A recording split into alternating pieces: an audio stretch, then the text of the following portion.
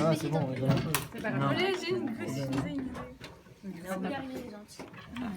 Donc quand vous êtes dans une manipulation où vous devez couper du vivant, il faut toujours avoir une coupelle avec de l'eau. Parce que quand vous allez couper, vous allez donc pour que l'objet reste vivant, vous allez le plonger dans l'eau. Alors ça serait par exemple une coupe longitudinale. Là, ça serait une coupe longitudinale, c'est dans le sens de la longueur de la feuille. Ça serait une coupe transversale. Ok, ça c'est la face supérieure de la feuille. Et ça, c'est la face inférieure. Et de toute façon, vous le dira hein, dans le protocole, on vous fera le dessin de la feuille, enfin la photographie, on vous indiquera.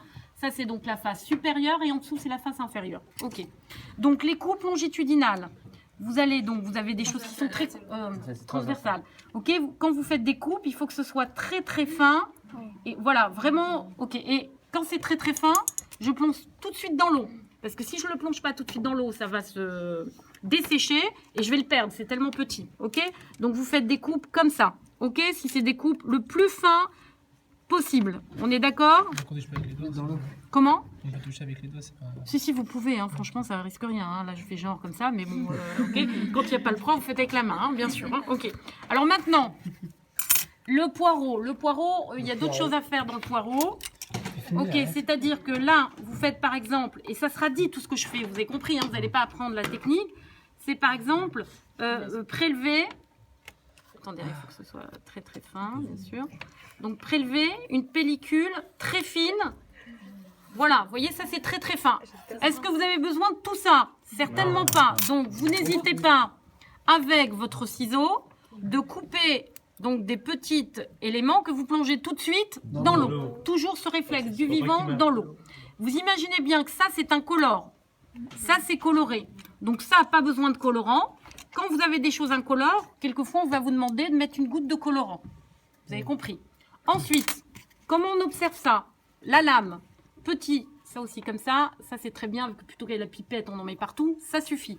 Ensuite, vous prélevez votre échantillon. Ok, et vous le mettez bien à plat. Vous avez compris, bien à plat. Il ne faut pas qu'il soit replié. Si c'est trop gros, je n'hésite pas, je coupe et j'enlève. Oh là là, c'est trop épais, etc. Ensuite, vous avez là, vas-y, ouvrez-moi ça, ça va me saouler. Vous avez la lamelle. Merci. Okay. Et donc, cette lamelle, c'est ça. Ne confondez pas lame et lamelle. Hein. On a déjà vu des élèves mettre des lames sur des lames. Hein. On a vu. Donc, là, hop, vous laissez appliquer et avec votre doigt, ça ne casse pas.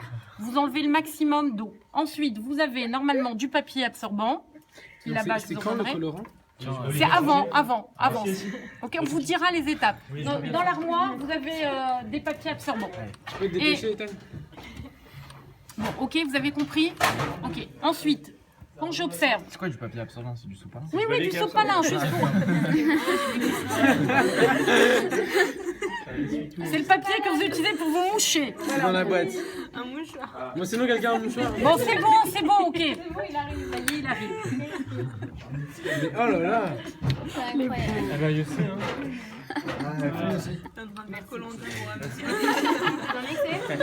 Donc, vous nettoyez. Hein, là, c'est de l'eau, c'est pas méchant, mais quand c'est un colorant, c'est ok pour que vous. Et quand vous êtes prêt, vous appelez le professeur pour lui montrer votre préparation. Au microscope, ok, vous calez bien, d'accord, la lame et la lamelle. Bien sûr, premier réflexe, je branche. On branche. Ok. On branche. Ok. Ensuite, on commence par x4. Ok. Ok. Donc j'allume. C'est pas la. Ok. C'est branché ou pas? Faut brancher. Hein. Oui, la branché. Je pense que. C'est juste le micro. Bon, ok. La lumière marchera le jour J. Je rapproche la platine du 4. J'observe au microscope et je fais la mise au point. En fonction de, si c'est très petit, je passe à x10 et ensuite je fais la mise au point. Vous avez compris? Et éventuellement à x4. Et là, si c'est à x4, j'utilise que x40. x40, oui. J'utilise que les petites vis pour faire la mise au point. x40, je rase ma préparation, c'est normal. Si vous êtes comme ça à x40, c'est-à-dire je suis très proche, déjà c'est mort. Quand on est perdu, ça arrive. Je refais x4, c'est pas grave, je perds pas du temps. je refais x4, je refais x10 et je refais x40. Ok, quand je... Ok. Ça va pour la séance? La meilleure précision possible. On vous dira jamais quel type de grossissement, c'est à vous de choisir le grossissement le plus judicieux. 60, on n'ira jamais. Ah, ok. On peut faire les schémas dans le note sur notre schéma. Grossissement, 40 x 10. Ouais. 400. On peut faire les schémas dans différents grossissements. Oui, parce qu'elle est. Ça dépend de la problématique. C'est dans le Non, schéma, non, on écrit, qu'un seul. Hein, Le prof, il viendra vérifier, madame? hein, bah oui.